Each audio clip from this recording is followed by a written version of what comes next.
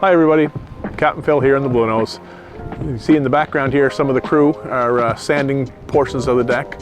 So we're getting ready to do one of the last great big projects of cosmetic work, and that's we're getting ready to oil the deck. So to do that, we'll go and find any bad spots in the deck that we're not happy with the finish. We'll sand that quite often back to bare wood, feather it all out, and then we'll come along and oil that, and then we'll oil the whole deck completely. That's a big project, and once the deck is oiled, it has to dry for a full day before we can stand on it, particularly in the spring here when the temperatures are a bit cooler. So this week, while the majority of the new crew have been off doing their marine emergency duties training, we've been light-handed on the ship, so not all that many people to do work. But one of the projects that we've done is uncover our two topmasts and our main gaff. So they spend the winter here on the wharf. It's good BC Douglas fir. So 53 feet long, about that. So you can see the bottom will be varnished, and then at where the sail runs will be the traditional Vaseline. So the crew there are sanding and getting ready for finished varnish coat, and the topmasts are all prepped and ready for their varnish. And the Vaseline, which helps the sail hoops slide up and down, won't be put on until the mast is up in place. So these will all be prepared and ready. So once we put our foremast in place, then we'll hop quick to it and we'll put the topmasts up, and then the radar platform and all the electronics will go up, and then we will start to bend on sail. Hi everybody, we were asked to show you a couple cool things you don't see every day. Here we have our topmasts are down. So we took them down this winter for just regular maintenance and inspection. They get coats of paint, they get inspected, and they get sent back up. And a couple pieces that most people don't get to see because it's all the way at the top is the truck, which sits on top of the mast here. It's got a bronze shiv in each, so that's for flag halyards. And then we've got an acorn. It's also known as the lightning rod protection. So this actually screws into the base here on top. And so next time you're around, if you want to see a ball of bright yellow at the top, that's our lightning rod. No more running for Bluenose 2.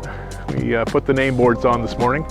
We take them off every year. They're a valuable piece for the ship, and take them off, put them in the rigging shed to keep them there for the winter. So every year, like everything else on the ship, they're sanded and scraped and fresh paint put on. So today we put them back on, so no more hiding for us. This is our radar platform. This sits on the foremast above the spreaders. If you look at older pictures of the ship, you used to see a big giant fiberglass egg. So we've taken that off as times have changed, and now we have used an open radar array. On here we have, this is a wind sensor, so maybe you're familiar more with a cup system that spins the cups, and this is ultrasonic. So this tells us, very importantly, how much wind we have and how much wind at a height above the water. Below that is our radar scanner. So this sends out microwaves that help us determine what ships are around us, what land is around us. We have a masthead light, again very important for helping other ships to see us and determine where we are. And then our horn. Horn's not only important for talking about what we're doing, so maybe 3 long blasts of the horn as we're backing away from the dock, but also lets ships know where we are in the fog.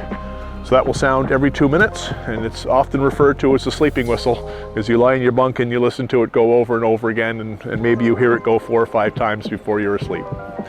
So that's the radar platform. Lots of history in that's been on the ship for a long time now. This morning another sort of milestone for the ship is that we're launching our dories. The crew will start exercising and learning how to row a dory soon. Integral into the story of the original Bluenose and Bluenose 2. As the dory goes down the ways here, you'll notice as it passes the dories for the rowing club, or the dory club, that ours are just a bit smaller.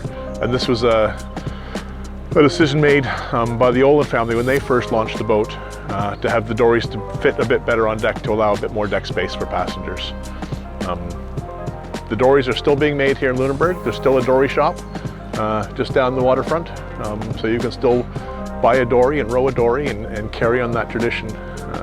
This year we're going to Gloucester for the International Dory Rowing Competition, where the best American versus best Canadian dory rowers will row off for a championship. That's still a part of Nova Scotia history and international history, and a vestige of the schooner races.